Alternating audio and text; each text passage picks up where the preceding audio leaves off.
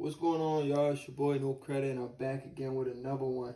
I need you guys to do me a favor, hit that like button, hit that subscribe button, hit that notification icon for more videos like this. That being said, let's get into it.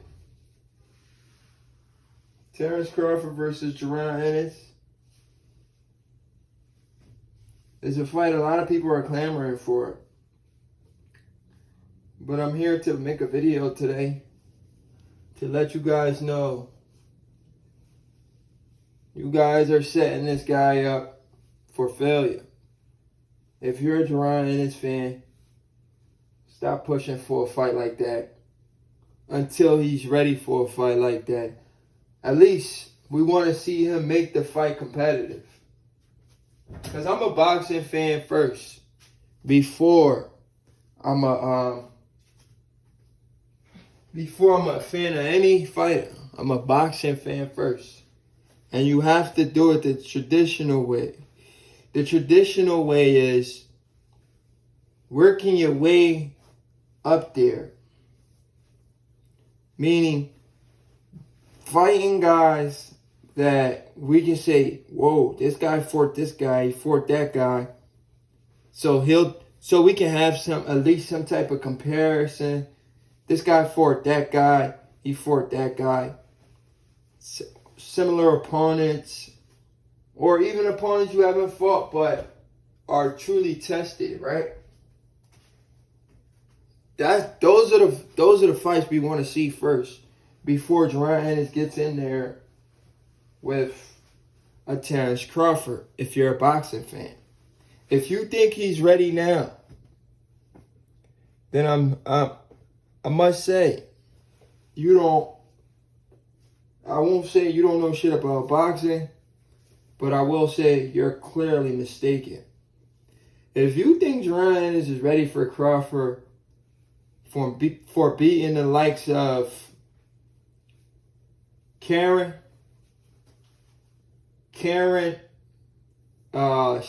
Lipinets and Villa, guys we never heard of. The only guy we know is Lipinets. For real. We don't know those other guys I just named. The Karens of the world, we don't know those guys. The reason why I'm saying that, I'm not saying those guys are not good, but those guys are not proven, just like Jaron Ennis as well. He's not proven, and he's fighting guys that are not proven. The one guy he fought that we can give him some respect is a smaller guy in Sergey Lipinets. Yes, he cooked them, but Lipinets wasn't proven at 47. Lipinets won a belt that Terence Crawford vacated. And then after he won that, Mikey Garcia went up there and snatched that thing from him, right? So even a Mikey Garcia fight for Boots would have been nice. Boots didn't even fight a Mikey Garcia. He fought the guy who lost to Mikey. Right? So, what I'm saying is, I think people need to slow down and come back to reality before they jump say, Boots versus Crawford. Boots is ready for Crawford. No, he's not. He's not ready, meaning like the fight's not going to be as competitive as you guys think. It's not going to be like a back and forth. He may win some rounds. He might, because Crawford may not want to win every single round. Maybe figure the kid out because he's fast. He has power. Speed and power is always a problem in the early rounds. So Crawford give him a couple rounds. He's fast. He's strong. It's not stronger than Crawford. I guarantee you that. Jaron Ennis is not stronger than Crawford. We seen Crawford deadlift like 450, 500. Ennis ain't stronger than Bud. No matter what y'all say. Because Earl didn't even look stronger than Bud And I'm pretty sure Earl's stronger than Ennis. So we're not even going to go there. I'm pretty sure Earl is stronger than Ennis. You understand what I'm saying? Ennis doesn't even look that strong. You know what I'm saying? He doesn't even look that strong. But then again, you can't tell how strong a person is just by looking at him. But I'm assuming he's not stronger than Earl. And if he's not stronger than Earl, he damn sure ain't stronger than Bud. He damn sure ain't stronger than a wrestler in Bud. But anyway, let me get back to the boxing dynamics of the fight. Jaron Boots Ennis versus Terence Crawford. Jaron Boots Ennis. It's a lot of athleticism.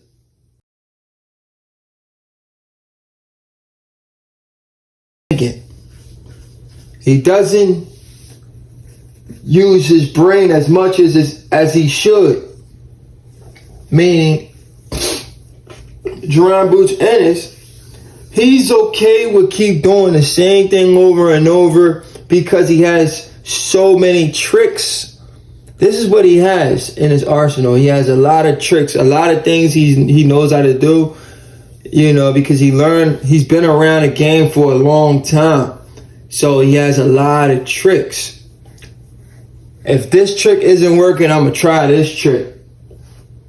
But that's not boxing IQ. That's not boxing IQ. That's athleticism and just boxing skills. His superior boxing skills that he has to you, where he knows how to fight on the outside, he knows how to fight on the inside. He knows how to do it all because of his boxing skills and his athleticism.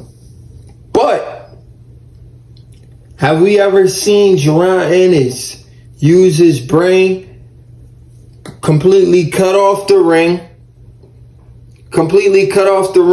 against a fighter? No, because most fighters come towards Jaron Ennis. We never seen Jaron Ennis fight a guy that was going backwards. We see Jaron Ennis fight guys that's coming forward. So we haven't seen, this is what I'm trying to tell y'all. Y'all don't pay attention. We haven't seen Jaron Ennis go in there and try to cut off the ring, where he's not using just his skill set and athleticism and tricks. He's just using his brain. Okay, this guy's trying to do this. Let me stop that from happening. Instead of let me out-trick him, outmaneuver him. When he uses his brain, his IQ, he's able to stop a guy from doing something. Oh, this guy is doing this. Let me stop him from doing this. Instead of saying, let me outdo him. People don't understand what I'm trying to say. You're playing with somebody in one-on-one basketball. Damn, how should I break this down? There's a difference from trying to stop somebody from doing something and trying to outdo that person from doing it. If you guys understand what I'm saying. You understand what I'm saying? Outdoing somebody and completely stopping somebody from doing something. You know, let's do boxing again. Say somebody is trying to land a jab. Instead of taking away their jab, you're out jabbing them. Okay, now do y'all understand what I'm saying? Let's say Jaron Ennis is fighting somebody, and this guy's a jabber. This guy's just trying to outland Jaron Ennis with a jab, but Jaron Ennis is too fast and athletic for him. He's gonna out jab this guy because he's not gonna be there for that jab. He's gonna out jab him, but that guy still has his jab, so he's gonna land one or two in there. Do y'all understand what I'm saying? I don't think y'all watch this dude fight. A lot of people don't watch this dude fight. Jaron Ennis is trying to out jab this guy, while this guy's trying to out jab Jaron Ennis. But because Jaron Ennis has the physical mechanics to be able to maneuver around this guy's jab, he could do that because of his physical mechanics, not because of his IQ.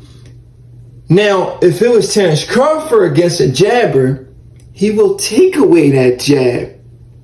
He'll take away that jab to the point where this guy wouldn't even use his jab anymore, because every time he tries to jab, Crawford will make him pay, or Crawford won't be there for that jab. This is the thing I'm trying to convey to you people, you boxing fans. I'm trying to tell y'all, speed, athleticism, tricks, all that is good. But when you're in there with a guy like a Crawford, who's fought at the highest level against guys that we know,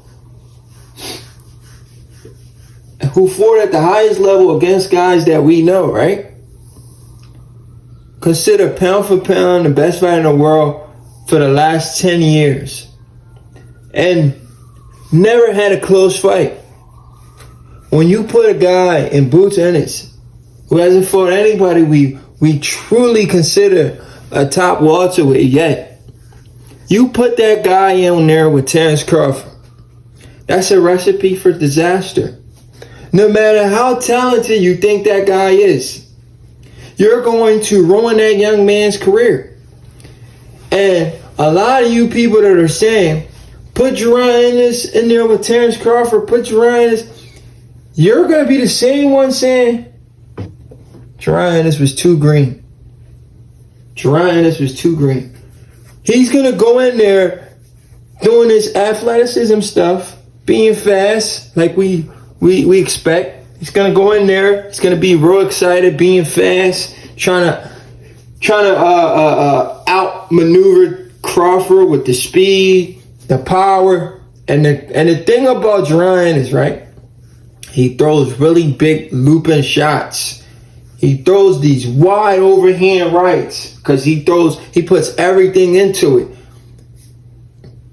I can see Jaron Ennis getting caught with something nasty while throwing a wide looping overhand right. You know that overhand right that he throws where he always hits people on the back of the head? That's his favorite signature shot. If I know that's his, because y'all know I'm a boxer, if I know that's his favorite signature shot, you don't think Crawford knows that? You don't think Crawford knows that Jaron Ennis throws that wide overhand, that wide looping overhand, right? That he hits people on the back of the head with a lot? He hit, what's the dude name that he fought and Crawford fought too? Thomas Delorme. Thomas Delorme and his team filed a petition to get the fight overturned because they felt like they got hit in the back of the head.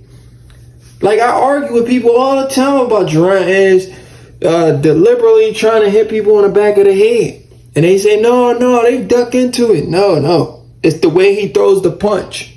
He deliberately tries to throw a punch in the back of your head. You know what I'm saying? Like, why are you throwing a punch like that? You're not supposed to turn into a punch like that. He throws that punch like that for a reason. He wants to hit you in the back of the head. You know what I'm saying? That's not how you supposed to throw the punch, bro. You don't throw a punch to try to hit somebody in the back of the head. But I'm saying, that punch is going to be his downfall because he's going to be in there with a guy in Terence Crawford who punches in between your punches. And he always gets there first in exchanges. So, by the time Jaron Ennis try to throw some of that big shit, he's going to find himself picking himself off the canvas. By the time he tries to load up and throw that big shit, Crawford and hit him with like 3-4 shit on the inside already. He's going to punch him between his punches, and Jaron is going to be on the floor. He's going to be picking himself off the floor. I mean, I visualize this stuff all the time. This isn't a fight that you guys are saying this fight is. I know y'all want to see it. I want to see it too. But I'm just saying, can y'all be honest with yourself and say, okay, if Terence Crawford versus Jaron Ennis happened and Crawford completely wipes out Jaron Ennis or maybe it's a little bit competitive, but Crawford still stops Jaron Ennis. Will y'all be honest and say,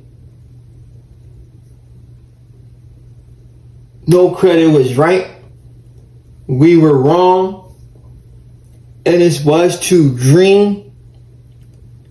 Forget all of that. Forget me being right? Forget me being right that IQ and experience, and he has skills and tricks too. Forget me being wrong. I mean being right that IQ beats all that athleticism stuff Jaron Ennis brings to the table. Forget me being right. My problem with this fight, right, is Jaron Ennis. It's not that he's going to take his first loss, right? It's not that Jaron Ennis is going to take his first loss. It's the fact that it's going to mess with his mental. It's not that he lost. It's who he lost to, how he lost. And that's going to show us if he can come back. Will he ever be the same after a loss like that? It's going to mess with this kid mentally, emotionally. You understand? I don't know how mentally strong he is, but I'm telling you, a loss to a guy like Crawford is going to mess with you mentally. And he might be injured like Earl. He might be injured. Earl talking about he had that eye injury. Ain't nobody trying to hear that bullshit. Crawford snatched that eye, bro. I got the pictures to prove it. You got that eye snatch. Going into the fight, I told y'all the eye collector was going to get his eye snatched. My videos are still up. I told you guys the eye collector was going to get his eye snatched. Now, what I'm saying is, I hope you guys are listening. Right? Hope you guys are listening. My problem with this fight, a great young talent like Jaron Ennis who hasn't really proven himself. And like I said, I want to see it the old traditional way where Jaron Ennis actually gets in there with welterweight that we know, or some resistance. If he had an opportunity to at least, or let's say he never gets in there with like the big names, but at least he clears out all of the other top young welterweights that are coming. Like the Conor Benns of the world, the Virgil Ortiz, but Virgil Ortiz moved up. Or let's say he clears out Stanionis. Like, he doesn't just go 12 rounds with like a Stanionis, because he went 10 with Villa. Like, but you going 10 with Villa, you're in trouble with Crawford. You went 12 with Karen, guy nobody knows. That guy doesn't go past the 6th round with Crawford. That's like another David Evanesian and Karen. You went 12 with that guy. You fight Stanionis. If you go 12 with Stanionis, that's a bad look. I'm telling y'all, that's not a guy that's ready for Crawford if he's going that many rounds with these dudes. But I'm saying, if he can clear out those up-and-coming welterweights, then maybe he is ready to compete, not beat. Because styles make fights. And his style is tailor-made for Crawford, because Crawford's going to know what he's going to do. All that athleticism stuff is not going to work. Crawford's already studying this kid. He knows everything he's going to do. I know some of Jaron Ennis combinations already. I know this guy combinations. If I know this dude's combinations, you don't think Crawford knows this guy combinations? I know what he likes to do. I look at his footwork. You understand what I'm saying? If a regular guy like me, who's not a pro boxer at the elite level, already knows what Jaron is, like I said, he has a lot of tools in the toolbox, but I know how he gets those, how he brings those tools out. And I know his signature punches. If a regular guy like me know that, you don't think Crawford knows that? You don't think Crawford knows that?